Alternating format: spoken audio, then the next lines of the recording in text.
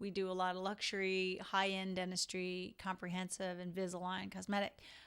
I might connect with a local business that has clients that are in cosmetics, or they might be in, like, they might sell like high-end vehicles, or like I'm thinking like Lexus down the street, or I'm thinking about the spa down the street.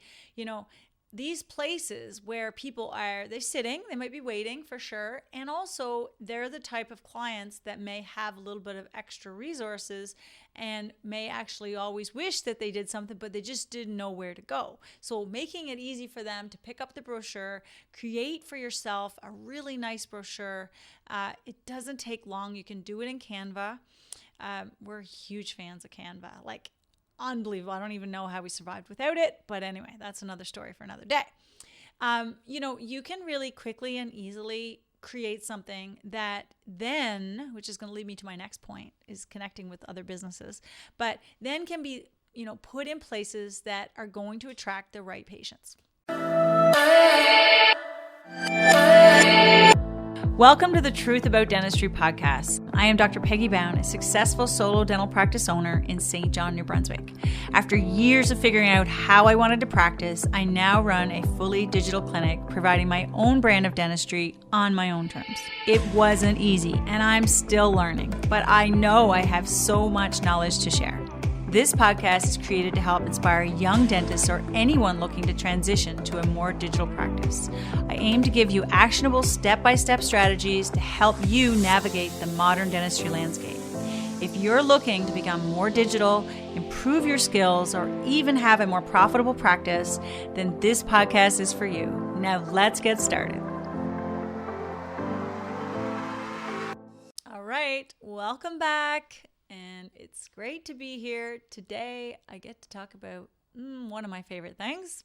If anyone knows me, you follow me on Instagram, you know that I love marketing. And one of the things I love about it is just like that it can be creative.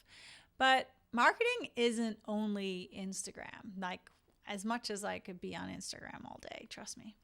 I think there's a lot of really cool ways that we can attract new patients, and we can attract not just new patients, but the ideal patients that you want to attract. Like if I'm going fishing I'm from Newfoundland, so if I'm going fishing for cod and I pull up a sculpin or some other kind of fish, I'm letting that fish go. But for whatever reason in dentistry, when we catch a fish, a new patient, they could be terrible for our practice. And for some reason, we don't release them.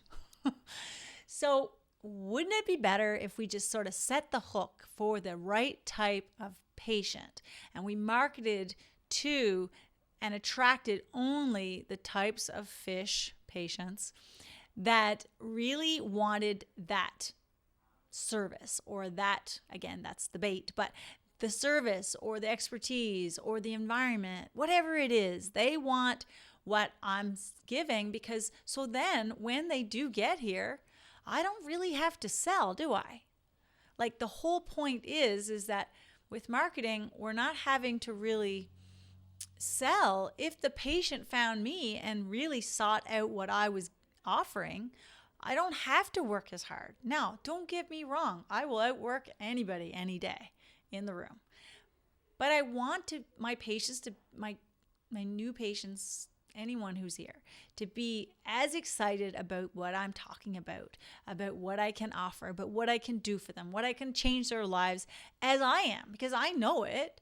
But if I didn't send out the right message and I'm constantly posting about pediatric, situations or emergencies, or I'm constantly posting about dentures, then I'm going to get a lot of people who have small kids, and I'm going to get a lot of denture patients. And I'm going to be unhappy. And I'm going to also be a little sad, honestly, that I have to let them go. Because then you have to take that fish off the hook and you have to drop them back into the ocean. And you hope they're okay, but you never really know. I'm an analogy queen. Okay, I'm getting off track.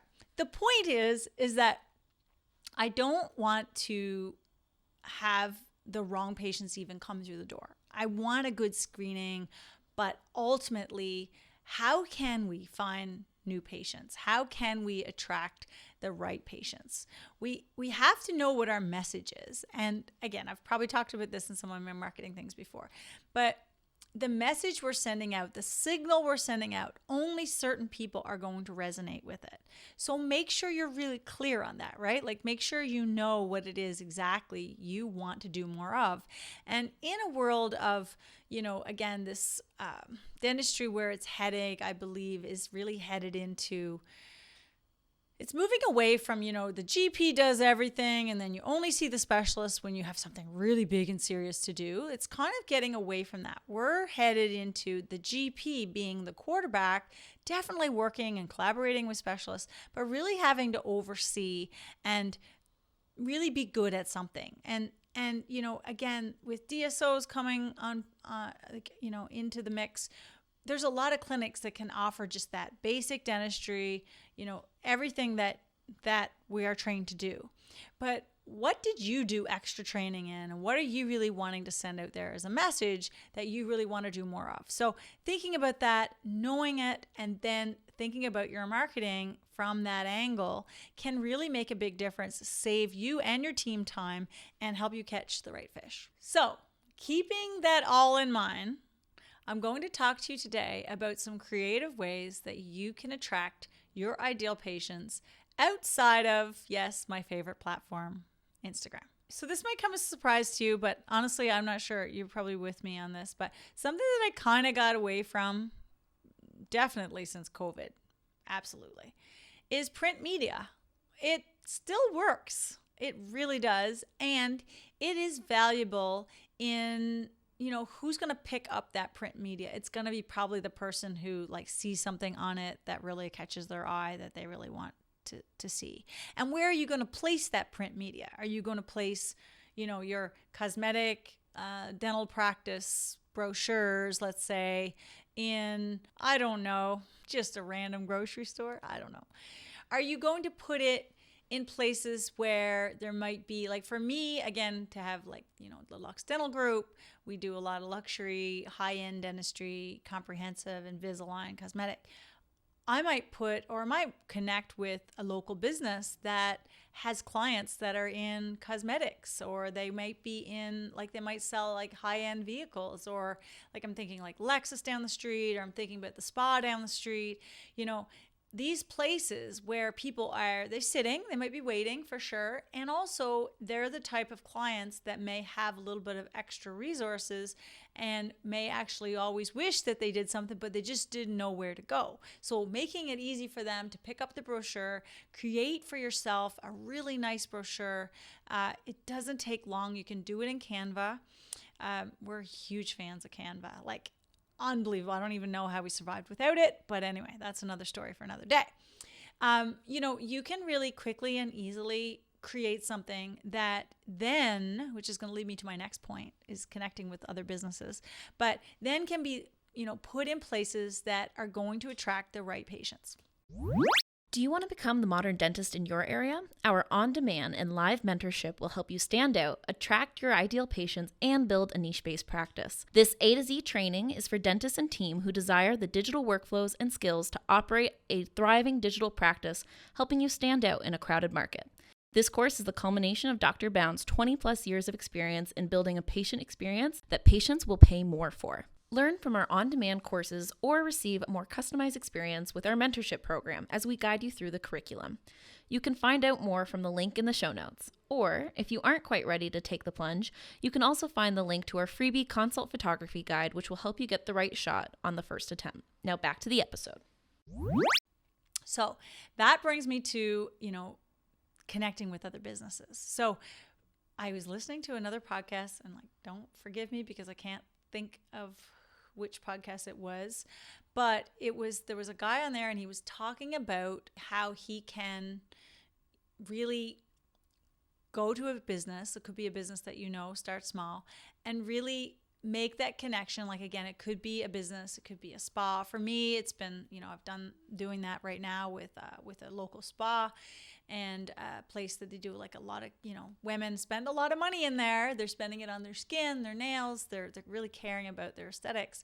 And ask them, would you be okay if I left some of my brochures here? Now, in return, you can, and that business can have a business card or like a little card basically that you can keep at your business that will basically, it could be, receive $10, $20 off, whatever, when you present this card. So when a patient of mine, for example, it would be a woman who just had something done and now she's like, oh, and I just can't wait to go get my nails done now that I got my teeth done. Listen, we have the place for you. Have you heard about SP Beauty, let's say, for example? And I give them a card and allows them to get the $20 off. And so they're more likely to choose that. And if you know anything about psychology and the idea that when we have a gift card, we typically, now think about yourself, when you have a gift card, you will spend more in that business than you might have if you didn't have a gift card. Now, first of all, you might not have even went in there if you didn't have a gift card. And now you're in there and you're like, oh, well, I have a gift card. I think I'll also buy this. And it gets you in the buying mood. And so the business that does honor that, like let's say it's my spa down the road, they're going to honor the $20 off, whatever, but they're also going to gain a loyal follower or a loyal customer, right? And they're also going to want to probably spend more. They might buy that extra cream that they wouldn't have spent. So it's really cool. I'm really excited about doing this in 2023. So I really encourage you to also think about that as far as like an alternative marketing strategy. So this one is a really great one as well. It does involve being on social media. So as I said, it was like outside Instagram, but it's like not your typical Instagram. Okay. So there's Instagram, I got to post every day. I got to put stories on there. But what if you do, and maybe some of you have already done this. If you have, like, it does come down to a little bit of hard work on your part, but it really pays off huge. And for us, it's been a big game changer. So the first one is contests. Like when I first opened in 2015, by 2016, I offered this contest for like a complete smile makeover. I went to the house, it was called Story for a Smile. So patients wrote in and they had to write why they wanted this new smile. And so they had to give us their story, which is very important in marketing, if you haven't noticed. And in exchange for their story, it was compelling. It would be compelling for our team, myself and the team, to decide which story was the best that would really give us the most joy in giving this patient a smile. So we went to her house with balloons and basically it was like a show. I felt like Oprah, seriously. Everybody wants to feel like Oprah once in a while, right? But I felt like it was worth $40,000. Like it was worth a lot. But we documented it, we really recorded it, we tracked it, we did a big thing at the end.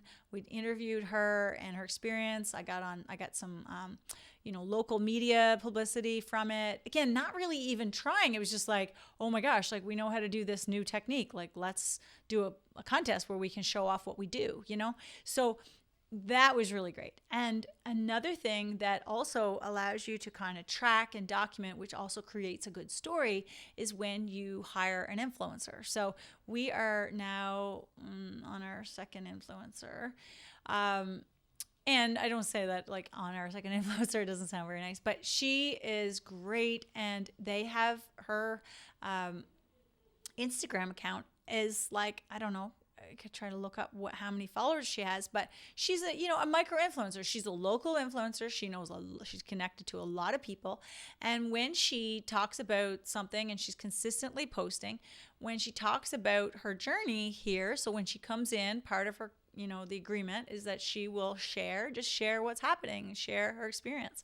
And that again is authentic way of marketing. When we're just putting our sign up on a billboard, or we're, again, print media is kind of like that in the sense that it's just like advertising to a patient. When a patient or someone who's already a patient in your clinic is sharing their journey, everybody gets curious, and it's like a much more authentic way to really kind of connect. So it's like, oh my God, I saw Lisa. I follow Lisa on Instagram, and I saw how her smile looks, and I just want to have a smile like her. Oh my God, everybody can relate to that, right? So influencers and contest. All right, the last one, and I know you know this, but it's Google reviews. There is so much value. If you think for 1 second that people are not checking you out and reading the Google reviews, then you are sadly mistaken. And also, you are going to get some bad ones. Everybody does. No one can get through life without a bad Google review. Can't please everyone. But if you have a lot of good ones, then I've said this before, that bad one is just going to make that person seem crazy. So easy to drown it out. Hard to get rid of a Google review, but easy to drown a Google review out, okay? Because you have so many, your status goes from 5 to 4.9. Well, I don't really care. Maybe that makes me look more real, honestly. If I see Google reviews 5 out of 5 stars, I actually don't take as much credit for that. Like, I don't think in my head that that's quite as good as if I see 4.9 or 4.8. It's like, yeah, okay. They can't please everyone. No one can. It's more authentic. So with the Google reviews and your team, when we have team meetings, we do repeatedly remind our team, and ways to look out for that is to see in their chart if they have a Google or Gmail account. So if they have a Gmail email, then you know for sure they already are set up with Google, so it's easy for them. And so we say, and my team, like a few people, especially on my team, are really good at this. Like, oh my gosh, we'd really appreciate it. We'd love to have more patients like you. If you wouldn't mind, would you please give us a Google review? It would mean the world to us. Like just that kind of verbiage, but only just to the right patients. And then after that, if you didn't get to do that, then there should be some sort of like automatic reply. So you can do a reply where the Google review kind of pops up in their feed or in their like text messages or whatever after they've left. Now, the downside of that is they didn't have quite a great experience. They're going to also let you know, because they're like, oh, they just made it easy for me to say that I wasn't really happy. And that always makes us feel scared as dentists. But one thing I will say is that when you get a 3 or 4 out of 5 stars, you really want to pay attention to those, because those are the ones you can really learn from. Maybe there is something that you didn't do quite right, and it's okay. And I am going to be doing an episode all on Google reviews, because there's so many key things that I've done and I do consistently now to help gain momentum. Because when I get a new patient, and of course we get lots of new patients every week, I said, listen, how did you hear about us? And of course they say Instagram, but they really also say, I checked out your Google reviews and I couldn't find, I was just trying, and not only were they like mostly all 5 out of 4 or 5 out of 5 stars, there was a lot of them, and the reviews, like the actual written, they weren't just like putting in stars. They're actually saying really crazy things, great things about you and your practice and your team. So I really want to be a patient here, and I'm excited to be here. And so that's the energy you want a new patient to come in with, and nothing kind of gets you that without Google reviews. I hope that was helpful. These are some of my best gems, and I really love to help dentists with social media, marketing, just growing their practice, showing up as a modern dentist, showing up as a dentist that's differentiated. I'm going to be doing more episodes in this area. And I also have my course, my basic beginner course in marketing. If you aren't really kind of comfortable yet with marketing yourself and social media, check that out. The link's going to be in my bio. And I can't wait to see you next time. Thank you so much for listening. I really appreciate you taking the time out of your busy day to listen to this podcast. And again, hopefully I inspired you in some way. If you feel that this was helpful, or you have any colleagues that you think would really maybe enjoy some of the content like this, we're going to be here every week. And I would so appreciate it if you would subscribe to my channel and also share this little discovery of this new podcast with your friends and colleagues. If you do want to reach me, you can certainly find me through my social media channels, Dr. Peggy Bound or Peggy Bound Dentistry, or you can reach me on my email, peggy@smilesbybound.com.